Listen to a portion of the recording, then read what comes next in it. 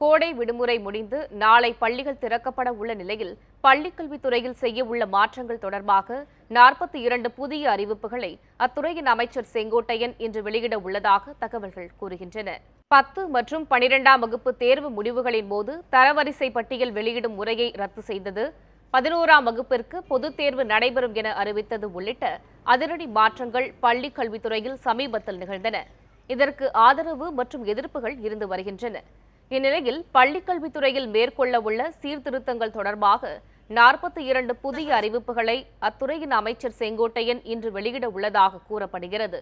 கோடை விடுமுறை முடிந்து நாளை பள்ளிகள் திறக்கப்பட உள்ள நிலையில் இன்று வெளியாக உள்ள இந்த 42 அறிவிப்புகள் என்னவாக இருக்கும் என்கிற பரபரப்பு கல்வித்துறை வட்டாரத்தில் எழுந்துள்ளதாக தகவல்கள் கூறுகின்றன.